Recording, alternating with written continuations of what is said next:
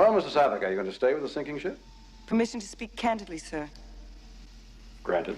I don't believe this was a fair test of my command abilities. And why not? Because there was no way to win. A no-win situation is a possibility every commander may face. Has that never occurred to you? No, sir. It has not. I can't believe I'm still doing bridge updates. Oh my goodness. Why? Come on, people. Get a little grip. So, I've just watched the Ntsb press conference and it clears up the missing data. Exactly that. Missing data in the Voyage data recorder. All information is preliminary and subject to final validation. The VDR data is comprised of audio from the ship's bridge, as well as recordings from the ship's VHF or very high frequency radios. The quality of that audio varies widely because of the high levels of background noise and alarms. Additional analysis will be performed at the NTSB's lab to filter out the audio and improve its quality. Additionally, the VDR recorded limited sensor data. An example of that data recorded includes the ship's speed, engine RPM, ship's heading, and rudder angle, as well as some alarm information. NTSB engineers are working to identify and validate all of that data. But why is data missing? Did someone turn off the VDR? No, they did not. The VDR records a number of ship systems. Among them is some sensor data, limited sensor data. But it can only record that sensor data while the sensors are actually active. And when the ship lost all power, probably from the master circuit breaker, the sensors stopped working. Voyage data recorder kept working and kept recording the audio. At 0124 and 59 seconds, numerous audible alarms were recorded on the ship's audio, bridge audio. About the same time, VDR sensor data ceased recording. However, the VDR audio continued to record using the redundant power source.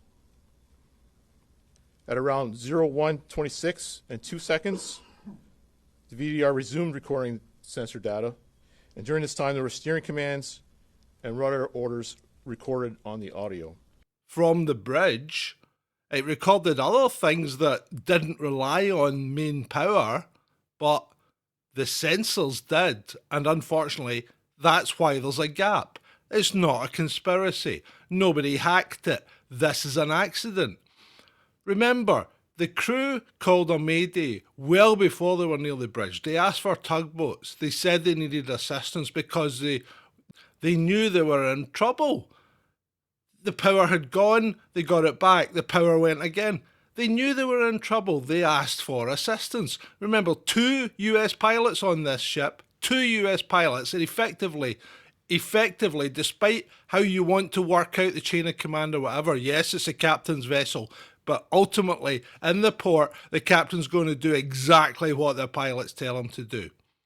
So, it's not a conspiracy. It's not a hack.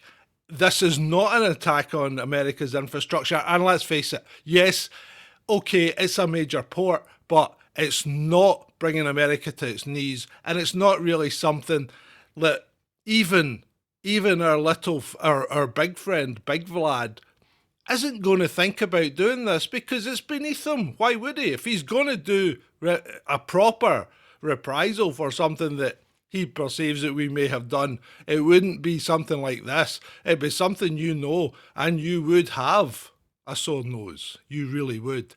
This isn't. This is an accident. Get a grip, people.